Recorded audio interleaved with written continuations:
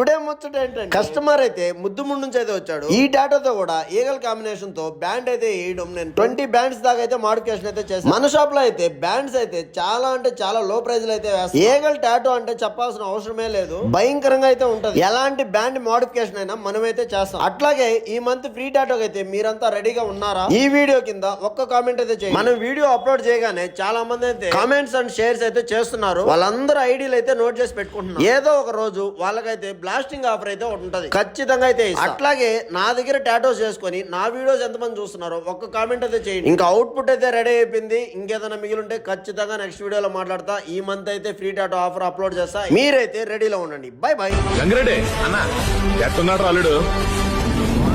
పల్లెల్లో ఉన్నాడరా?